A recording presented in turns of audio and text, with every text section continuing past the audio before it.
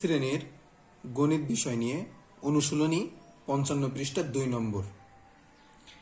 এখন আমরা অঙ্কটা প্রথমে পড়ে নেব। তোমাদের কাছে যাদের বই আছে তারা বই দেখেই লিখে নিও। যদিও আমি এখানে অঙ্কটা লিখে নাই, আমি জাস্ট আমার সামনে বই আছে, বই দেখে আমি আর কি সেটা পড়ছি, তোমরা মিলাই নিও। 2 নম্বরে দেওয়া আছে, প্রমাণ করো যে দুইটি সংখ্যার গুণফল সংখ্যা দুইটির গসাগু ও লসাগুর গুণফলের সমান। দেখো, আমরা যদি এই অঙ্কটা করতে যাই তাহলে আমাদের কি করতে হবে? এখানে বলছে দুইটি সংখ্যার গুণফল, সংখ্যাটি দুইটি সংখ্যার গসাগু এবং লসাগুর সমান। এখন আমরা যদি যে কোনো দুইটি সংখ্যা যদি আমরা নিয়ে থাকি, তাহলে ধরো আমরা মনে করি যে কোনো একটা সংখ্যা, যে কোনো দুইটি সংখ্যা আমরা নিতে পারি। ধরি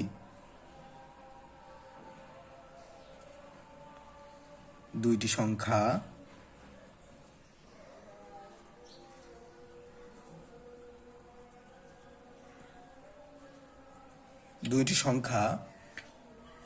যে কোনো সংখ্যা আমরা ধরে নিতে পারি। ঠিক আছে, 5 ও 6 ধরে নিলাম। ঠিক আছে, আমরা যদি 5 ও 6 ধরে নিই, তাহলে এখন আমরা এই সংখ্যা দুটির 5 এবং 6 এর লসাগু যদি আমরা বের করি,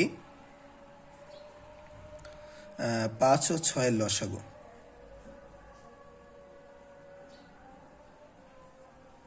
5 ও 6 এর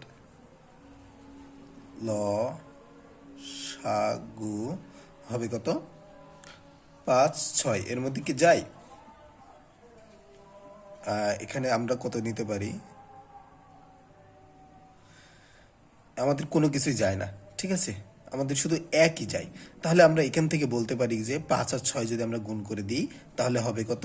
5 ছক 30। তাহলে লসাগু আসবে কত? 5 এবং 6 এর লসাগু আসবে 30। আমরা সেক্ষেত্রে আমরা এবার যদি 5 এবং 6 এর গসাগু বের করতে চাই, 5 ও 6 এর গসাগু যদি বের করি, তাহলে কি হবে? 5 বা 6 দিয়ে যদি আমরা ভাগ দিই, তোমার 5, 6 দিয়ে যদি ভাগ দিই, 5 একে 5, 1 থাকে 5, 5 একে 5। তাহলে দেখো, এই 5 এবং 6 এর গসাগু কত? 1, এবং 5 এবং 6 এর লসাগু কত? 30। তাহলে সেক্ষেত্রে আমরা বলতে পারি কি, এখন আমাদের প্রশ্নে বলছে কি, যে প্রমাণ করতে বলছে দুইটি সংখ্যার গসাগু ও লসাগুর গুণফলের সমান। তাহলে গসাগু এবং লসাগুর গুণফলের সমান। আর এই দুটোর গুণফল কত আসছে? আমরা সংখ্যা দুইটির গুণফল যদি আমরা বলি, এখানে সংখ্যা দুইটির গুণফল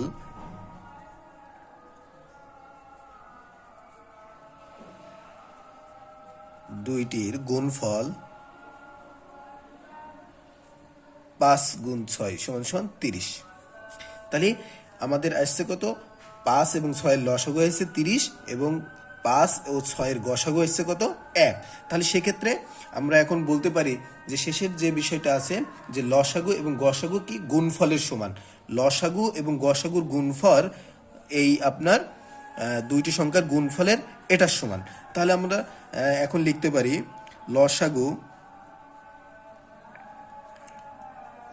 গুণ গসাগু ইকুয়াল কত হবে? দুইটি সংখ্যার গুণফল, সংখ্যা দুইটির গুণফল, দুইটির গুণফল। তাহলে সেক্ষেত্রে আমরা করতে পারি কি, লসাগু এসে কত? 30, এবং গসাগু এসে কত? 1। তাহলে সমান সমান কত? 30। এই যে এখানে আমরা লিখে দিতে পারি প্রমাণিত। তাহলে তোমরা যদি যে কোনো সংখ্যা নিয়ে থাকো, তাহলে সেই সংখ্যাগুলোই কি করতে পারবা? এই যে লসাগু এবং গসাগু বের করে, এবং লসাগু এবং গসাগুর যে গুণফল আসবে, সেই গুণফলটা কি হবে? সংখ্যা দুইটির গুণফলের সমান। তাহলে আমরা চলে যাব 3 নম্বর অঙ্কের সমাধানে। আমাদের 3 নম্বর অঙ্কটা কি বলছে, এবার আমরা একটু পড়ে নিই। বলছে, সর্বনিম্ন কতজন শিক্ষার্থীকে 3, 4, 6 এবং 8 জন দলে সাজানো যেতে পারে, যাতে কোনো ক্ষেত্রেই কেউ অবশিষ্ট না থাকে। তাহলে বলছে দেখো সর্বনিম্ন কতজন শিক্ষার্থী। আমাদের প্রথমে জানতে হবে যে সর্বনিম্ন যখন কথাটা বলবে তখনই আমাদের আসবে কি লসাগু। আমরা যখনই সর্বনিম্ন কথাটা ব্যবহার করব তখনই আসবে কি লসাগু। এক্ষেত্রে আমরা করতে পারি 3, 4, 6 ও 8 জনের লসাগু যদি আমরা করতে পারি তাহলে আমরা এই অঙ্কটার সমাধান পেয়ে যাবো। যদি আমরা লসাগু বের করি তাহলে সমাধানটা খুব দ্রুত পেয়ে যাবো। চলো দেখি আমরা কিভাবে এটা লসাগু সমাধান করি। তাহলে আমরা এখানে লিখতে পারি যে 3,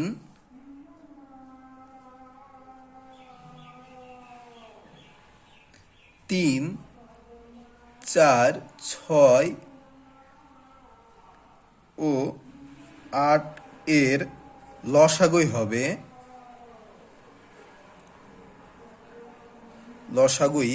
হবে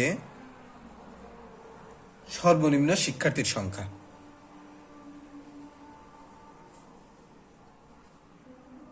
সর্বনিম্ন শিক্ষার্থীর সংখ্যা।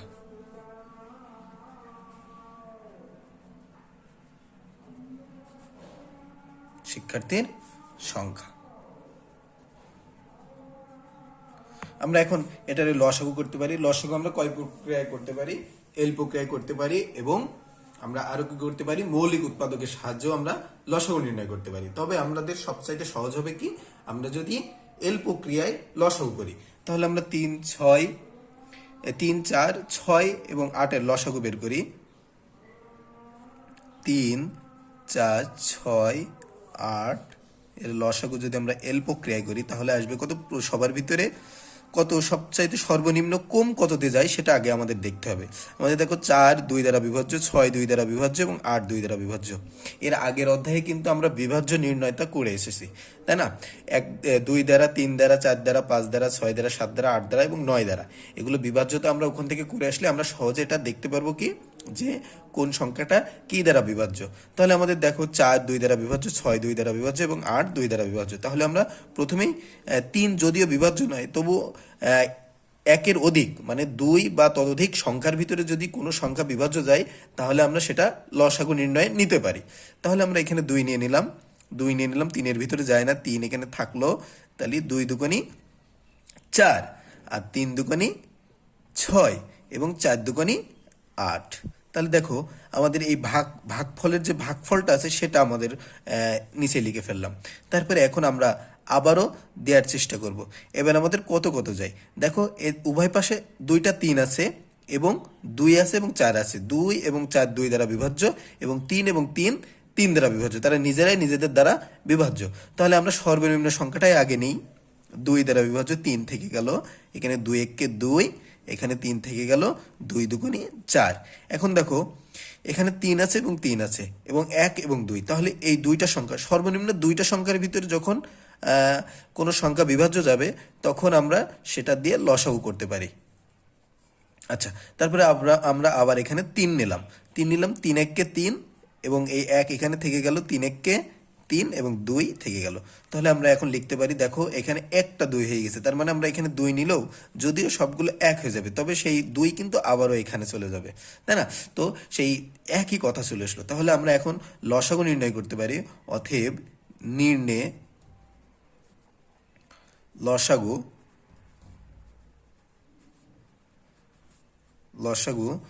2 গুণ 2 গুণ 3 গুণ 2। তাহলে কত হচ্ছে দেখো, 3 দুগুণী 6, 6 দুগুণী 12, 12 দুগুণী 24। তাহলে আমাদের লসাগু আসছে কত? 24। তাহলে সর্বনিম্ন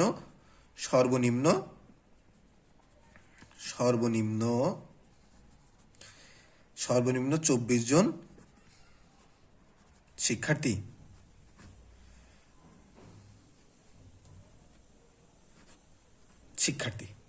এই শেষ।